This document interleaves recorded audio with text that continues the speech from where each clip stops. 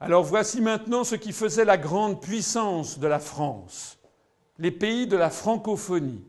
Si la France était, et est encore, mais chaque année qui passe, est en train de torpiller notre pouvoir mondial, notre rayonnement mondial, c'était les pays de la francophonie que l'on voit sur ce planisphère en couleur bleu ciel. C'est-à-dire pour l'essentiel les anciennes colonies françaises, pas tous, parce que par exemple l'Algérie n'a refusé encore d'entrer dans la francophonie, mais globalement ce sont les pays où l'on parle le français, c'est-à-dire globalement des anciennes colonies françaises, y compris le Canada, parce que c'est le Québec qui va avec. Et il faut bien comprendre que plus, avec la construction européenne, eh bien on est en train de couper la France de tout ce qui faisait notre puissance et notre rayonnement mondial. Puisque plus nous nous enfermons dans cette espèce d'univers étriqué de l'empire euro-atlantiste, où l'on prétend que l'on doit fusionner avec des peuples comme l'Estonie, la Lettonie, la Lituanie, je n'ai rien contre les Estoniens, les Lituaniens ou les Lettons, mais nous n'avons aucun lien particulier avec eux.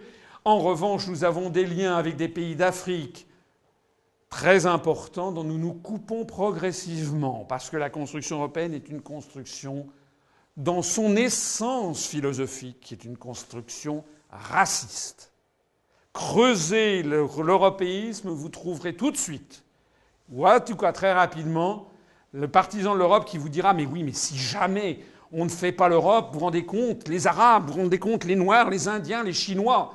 Voilà la réaction qui d'ailleurs est une réaction débile à de nombreux égards, j'ai déjà eu l'occasion de l'expliquer, puisque, par exemple, en matière industrielle, eh bien la France, Renault fait alliance, le français Renault fait alliance avec le japonais Nissan pour mieux combattre l'allemand Volkswagen. Pareil lorsque, par exemple, Thomson se fait racheter par le chinois TCL pour mieux combattre l'allemand Siemens. C'est-à-dire que le jeu des alliances industrielles capitalistiques mondiales se joue complètement du périmètre de l'Union européenne. En attendant, la preuve est ainsi faite que ce n'est pas sortir de l'Union européenne qui isole la France, c'est d'y rester. Et on le voit depuis 1965. Vous vous rappelez ce que je vous montrais, l'affiche de Mitterrand. Mitterrand qui disait que De Gaulle c'était la France isolée. Non, ça n'est pas vrai. La France est plus isolée que jamais maintenant. Si vous avez des amis latino-américains, russes, dans le monde arabe, africain, en Chine, si vous avez vraiment des amis comme moi j'en ai, qu'est-ce qu'ils vous disent tous ? Ils vous disent tous « mais qu'est-ce qu'est devenue la France ? Mais qu'est-ce que vous êtes devenus ? Est-ce que vous vous êtes regardé dans la glace ? Vous, le pays de Louis XIV, de Napoléon, des soldats de l'an II, de Clémenceau, de Foch, de Gaulle, qu'est-ce que vous êtes devenus ? Vous êtes devenus les larbins des Américains ? C'est ça votre avenir ? Donc j'insiste, ce n'est pas sortir de l'Union européenne qui isole la France, c'est bien d'y rester. Cet effacement rapide de la France, d'ailleurs, n'est pas perdu pour tout le monde.